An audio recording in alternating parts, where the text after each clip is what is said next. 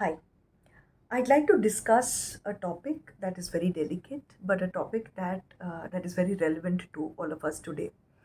And that is, how do you react? How do you respond to someone who is shouting at you, who's yelling at you?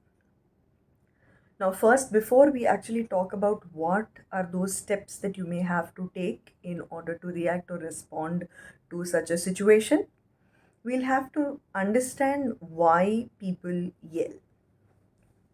There are various reasons that people actually yell at others. Some of the most common reasons, as per behavioral science, as per psychology, as per human psychology, are first, a lack of control, the feeling of a lack of control.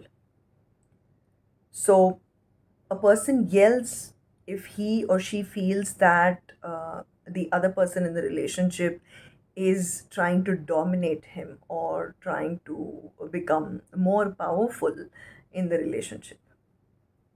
So, in order to regain control, this person shouts, screams, or verbally abuses.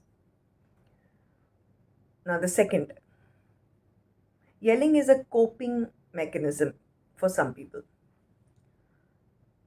In fact, for bullies, if you are a bully, psychology says, various psychological studies say that you are emotionally very vulnerable. You have had certain situations in your life that have made you the way you are, and you're emotionally very vulnerable.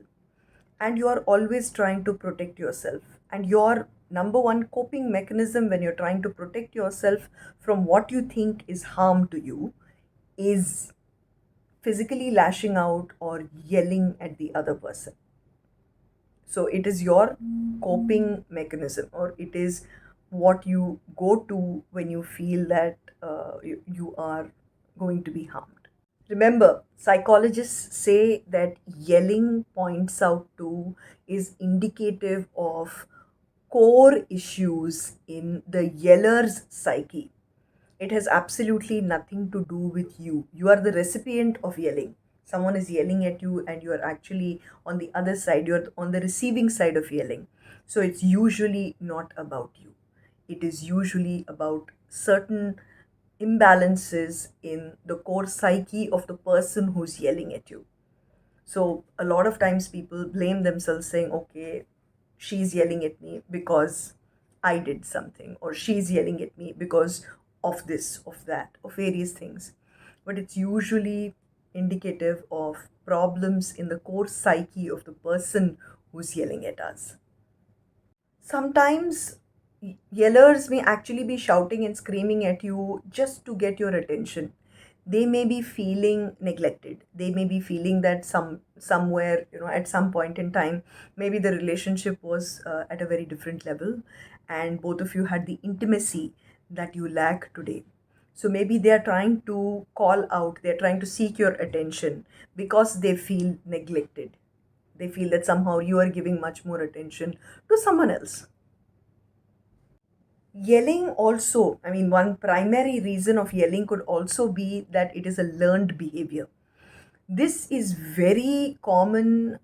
This is a very common occurrence in children. You may notice that your child has a particular nature, a particular disposition till the time that he or she goes to school. And in class, if your child is seeing that, okay, there is a yeller in class, and because the other child, for being a yeller, is being given much more attention, your child may acquire that behavior, may learn that behavior, and may think that, okay, let me use this behavior in order to get what I want. Things seem to be happening faster for the other person. So, this is a learned behavior or an acquired behavior also. So, there are these various reasons that people actually yell, but predominantly it is because they feel that there is a lack of total control. Suddenly, they feel that if I don't yell, the control will not come back into my hands. And in order to seek that equilibrium and get back in control in the relationship, they yell. But all of us know what yelling makes us feel like. We have also yelled. We have yelled at our children, and we know that yelling does not create a long term solution for anything. If we are actually shouting at someone, we are hurting the other person. We are hurting ourselves also. So ultimately, we are not moving towards any place of happiness with that person. So if the person is important for us, maybe we should learn how to cope.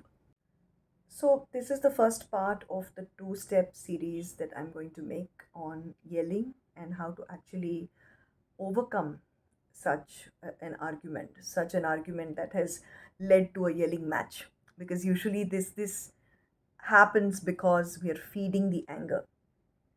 So let me talk about how to deal, how to respond, how to react when we um, we are not the yellers. We are the recipient of the yelling.